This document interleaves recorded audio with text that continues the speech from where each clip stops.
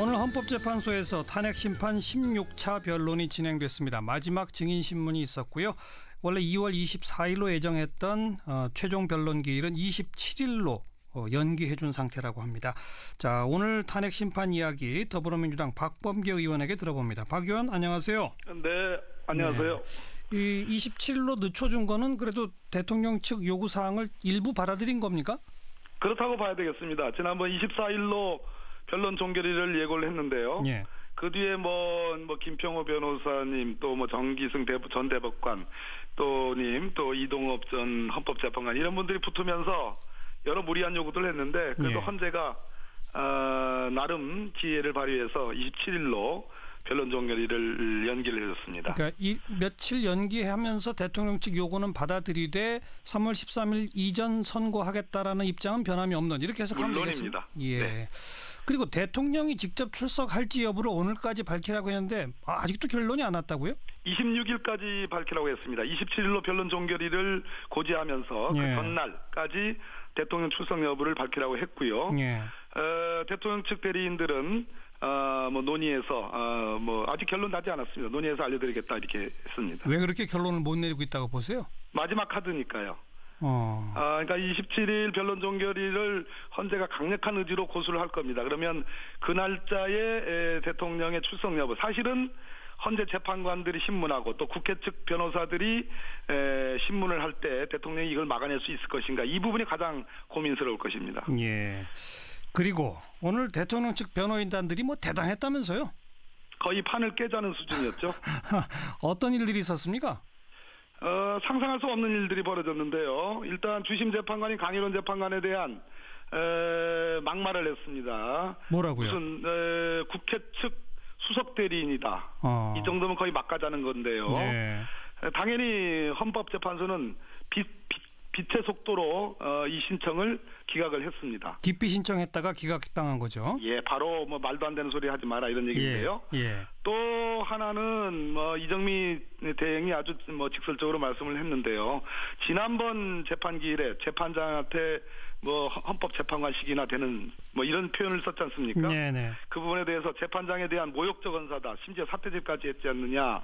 좀 품격 있게 재판을 해달라 이런 얘기를 했고요. 예. 또 강일원 재판관은 여러 가지 국회 측 수석 대리인이라는 그런 모욕적인 언사에 대해서 일일이 지적을 했는데요. 네. 그 중에 백미는 정기승 대법관이나 또 김평우 변호사님 이런 분들이 헌법재판을 많이 안 해보셔서 잘 모르는 것 같다. 네. 이렇게 아주 촌철살인의 답으로 답을 했습니다. 예. 그런 식으로 헌법재판관 또 권한대행 헌재소장 권한대행 등등을 일종의 모욕까지 한다는 거는 어찌 보자면 대통령 측한테 유리할 게 전혀 없는 행동 아닙니까? 맞습니다. 대통령 도우려고 나온 것이 아니죠. 이 얘기는 무슨 얘기냐면 탄핵 결정 선고가 13일 전 이후로 미루려고 했던 것이 아무런 이런 수를 쓰고 저런 수를 써도 넘겨지지 않고, 예. 두 번째는 결론도 탄핵 인용 결정이 거의 확실시해진다는 것을 대통령 측이 자인하는 거라고 저는 보여집니다. 예. 그렇지 않고서 이렇게 말 그대로 판을 깨는 정말 모욕적인 재판관들에 대한 언사를 할 수가 없지요. 예. 그러니까 자신들이 승리할 것 같지 않으니까 그냥 깽판을 친다? 네, 우리 교수님. 제가 판을 깬다고 그랬지 깽판이라고. 아니 참 논리적으로 잘 납득이 안 가서 그러는 거예요. 예, 그래도 가로 열고 깽 가로 닫고 그다음에 이제 판을 깨려고 그러는 거겠죠. 네. 자, 일부 보도에 보면 이게 국회 측, 즉 우리 박범계 의원 등등을 말하는 건데요. 이런 식으로 나오는 거는 대통령이 헌재가 최종 선고하기 바로 하루 이틀 전에 자진하야하려고 하는 것이다. 이런 주장을 했다는데 맞습니까? 제가 보기에는 이 정도까지 막말을 해가면서 탄핵법정을 흐리고 있고 헌법재판관들의 심기를 거스리고 모욕하는 것은 예. 이미 헌법재판, 탄핵재판으로는 승부를 볼 수 없다는 판단을 했을 거고요. 예. 두 번째는 그렇다면은 박근혜 대통령의 탄핵 결정 전 사임 카드도 만지작거리고 있는 거 아닌가 그런 생각이 드는데 이 부분에 관해서는 과연 대통령의 불소추 특권을 버리면서까지 예. 하야를 할 것인가라는 그런 의문이 있습니다. 그러나 여러 가지 이모저모의 여론을 따져보긴 하겠죠. 네.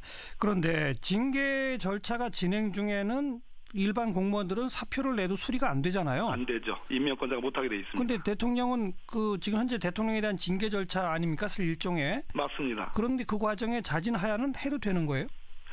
뭐 이제 명문의 규정은 없습니다. 다만 대통령의 임명권은 없기 때문에 대통령은 국민이 임명권자죠 사실은. 예. 그러나 헌법적 법률적 임명권자는 없기 때문에 대통령은 언제든지 탄핵 전 사임 하야할 수 있다고 보는 게 통설인 것 같고요. 아하. 그런 경우에 헌법재판소가 그러면 탄핵 결정을 할 수 있느냐? 예.